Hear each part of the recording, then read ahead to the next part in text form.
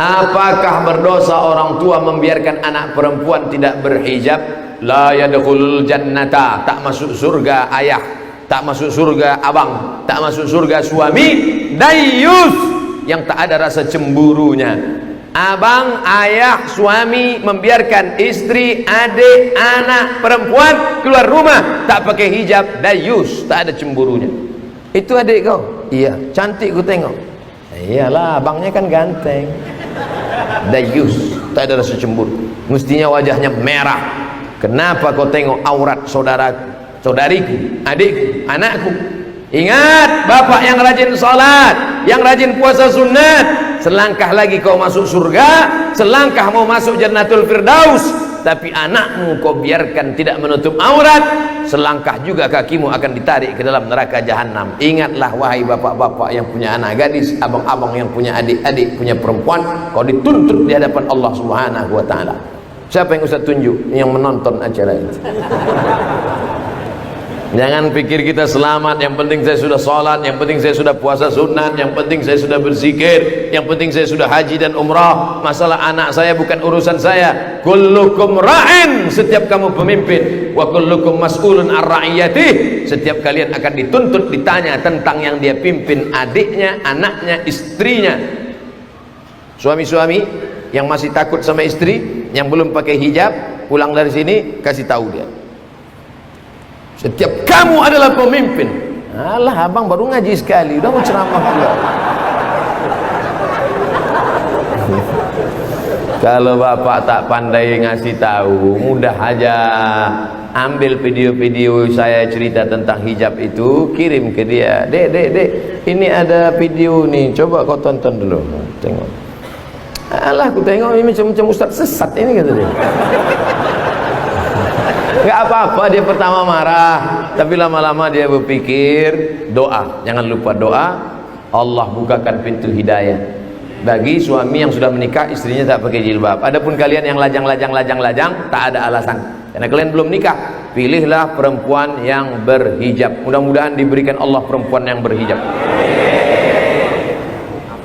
Apa hukumnya menyentuh perempuan yang bukan mahram? Li ayyut'ina ala ra'si ahadikum, ditusukkan ke kepala kamu, ditusukkan besi dari neraka ke kepala kamu, khairan, lebih baik, min antamussa yada mar'atin la tahillu lahu, daripada menyentuh tangan perempuan yang tak mahram. Balik dari sini, ambil jarum kecil aja, tak usah paku, jarum pentol, bakar pakai lilin, setelah merah acucukkan. Kadang kita kalau tak dites tak percaya, kita tusukkan ke kepala, itu lebih baik daripada kau menyentuh tangan perempuan yang tak mahram. Jadi kalau ada perempuan sudah ngulurkan tangannya, Pak Ustaz, saya sebetulnya nggak mau, daripada dibiarkan kan mubazir. Ini udah gini Pak Ustaz, gini kanlah, insya Allah dia tak sakit hati. Gini kan, senyum kita gini, jangan pula terlalu kaku, dia udah gini kan.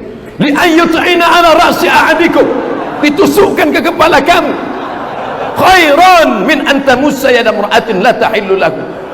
Tentu nengok itu down dia. Jadi sesuaikan juga. Yassiru, berikan kemudahan.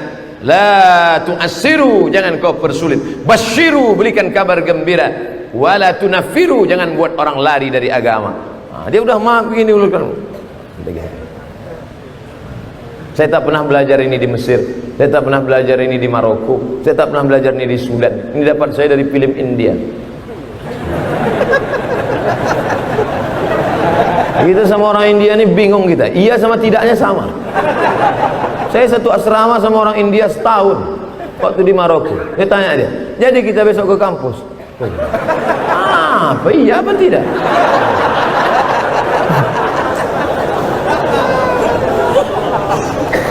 Abang saya seorang polisi, bagus. Kalau kena tilang telepon dia. Dia ingin masukkan saya jadi satpam. Di bawah dia itu. Tapi saya menolak, karena masuk kerja orang dalam itu haram. Mantap adik, mantap. Tapi orang tua saya marah-marah karena saya menolak. Bagaimana cara menasihati orang tua Pak Ustaz?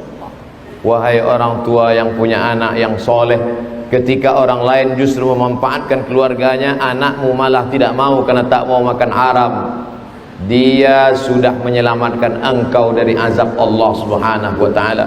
Bayangkan dipakainya jasa abangnya, sebetulnya dia tidak punya kapasitas kemampuan sama sekali, kerja dia di situ, gajinya haram, tunjangannya haram, berasnya haram, duitnya haram, dikasihnya anak bininya makan haram. Tapi kalau dia memang layak, fit and proper test lulus, tes tinggi lulus, tes otot sehat lulus, tes kesehatan lulus, datang abangnya, orang tahu itu adik kau ya, iya lulus. Memang andai itu pun tak ada, tetap lulus. Maka tak ada kecurangan di dalamnya. Siapa yang curang? Man ghasyana falaysa minna. Siapa yang curang bukan golongan umat Nabi Muhammad sallallahu alaihi wasallam. Bayangkan andai kita di akhirat nanti jumpa mau minta syafaat, ya Rasulullah minta syafaat, apa kata Nabi? Kau bukan umatmu karena kau curang. Kalau curangnya demi 100 miliar masih masuk akal. Curangnya apa? Hanya mau jadi satpam. Ustadz menyepelekan satpam ya? Tidak. Justru satpam yang bekerja halal mencari nafkah lebih dulu masuk surga daripada orang kaya yang punya jabatan kekuasaan diperoleh dari yang haram. Karena kita akan dituntut di hadapan Allah sekecil apa? Faman ya'mal mithqala dzarratin khairan yarah. Tolong jelaskan pada umat ini bagaimana kredit itu haram, karena masih banyak orang yang melakukannya. Pinjam 100.000 bayar 125 riba, pinjam 100 juta bayar 110 riba. Orang yang melakukan riba kena 5. 1. Alladzina yakuluna riba, orang yang makan riba, la yaqumuna illa kama yaqumul ladzi yatakhabbathu syaitanu minal mas. Bangkit dari kubur nanti macam orang kerasukan setan. Pernah nengok orang kerasukan setan? Pernah nengok orang di ruqyah? Allahul qayyum la ta'khudhuhu sinatun wa la nawm lahu ma fis samawati wal ardi. Macam itulah dia nanti bangkit di akhirat. Ada nanti di akhirat, tengok ke kanan malaikat, pandang ke kiri malaikat. Kenapa aku bisa bangkit di akhirat sama malaikat?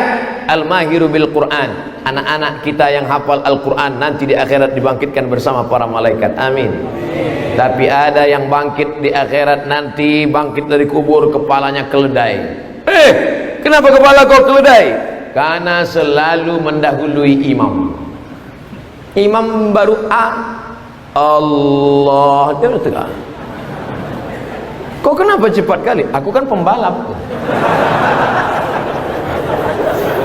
Ingat, terserah mau kau salib imam sekarang, terserah. Di akhirat kepala kau keledai.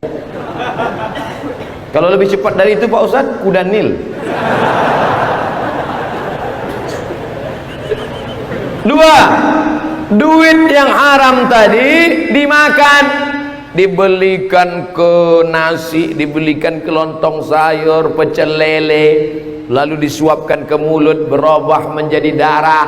Darahnya itu dari jantung nasi ke otak. Sepiring nasi, setetes darah masuk ke jantung, naik ke otak. Nasiyatin kadzibatin khati'ah. Ubun-ubun, pembuat dosa, pembohong, penipu. Kenapa ubun-ubun? Karena ternyata yang berpikir itu otak bagian depan. Otak depan, otak belakang, otak kanan, otak kiri. Otak-otak di pinggang. Otak bagian depan ini otak yang berpikir. Kenapa anak saya ini tak pernah mikir betul Pak Ustaz? Gara-gara kau kasih makan riba. 3. Dimakan nasi menjadi darah, darah menjadi daging, tulang belulang. Ayyuma lahmin nabata min haramin. Setiap daging tumbuh dari yang haram, fannaru aulabi, tempatnya api neraka. Ditimbang kita di akhirat, langsung nampak datanya. Abdul Somad berat 50 kilo, yang halal 10 saja, yang 40 dari riba. Berapa lama kau diobok-obok dalam neraka jahanam? 4. Hasil riba, untung riba, sedekahkan ke masjid, beli karpet. La yaqbalu tayyiban, innallaha tayyibun. Allah maha suci. La yaqbalu tayyiban, Allah tak menerima kecuali yang suci-suci saja. 5. Selesai solat berdoa, Allahumma rabbana ighfir lana dhunubana waliwalidaina. Menetes air mata darah kau keluarkan tak diterima Allah. Kenapa? Mat'amuhu haram, makananmu haram, masrabuhu haram, minumanmu haram, malbasuhu haram, pakaianmu haram, wa ghudhiya bil haram, kau disuapkan, kau menyuapkan, kau diberi makanan-makanan haram. Maka jaga makanan, mustajabud da'wah. Jaga makanan, doa dikabulkan. Jangan makan haram. Di antara makanan haram adalah riba. Saya dari Majelis Taklim Nurul Huda, Desa Gudang, Kecamatan Simpang Rimba. Ini ada bingkisan berupa gaharu asli dari Bangka Belitung. Jazakumullahu khairan. Man ahsana ilaikum, siapa yang berbuat baik kepada kamu fakafi'uhu, balaslah. Siapa yang buat baik pada engkau Abdul Somad, balaslah. Gimana saya mau membalas dia pakai, berapa lama saya mesti nanam kayu gaharu? Fa illam tajidu, kalau kau tak sanggup membalas, fad'ulahu, doakan yang ngasih ini. Apa doanya? Jazahullahu khairal jaza, semoga Allah membalas dengan balasan yang terbaik. Saya minta doa Pak Ustaz, udah aku bacakan dah, sudah diaminkan jamaah. Karena saya baru belajar mendalami agama, namun karena saya baru belajar sering mengalami kendala-kendala dalam proses belajar, mudah-mudahan dengan doa Pak Ustaz proses belajar saya lebih lancar. Allahumma faqihu fid din. Anak-anak muda yang baru hijrah ini dalamkan agama mereka ya Allah. Waftah lahum futuhal arifin, bukakan pintu hati mereka sebagaimana telah kau bukakan kepada para wali-walimu ya Allah.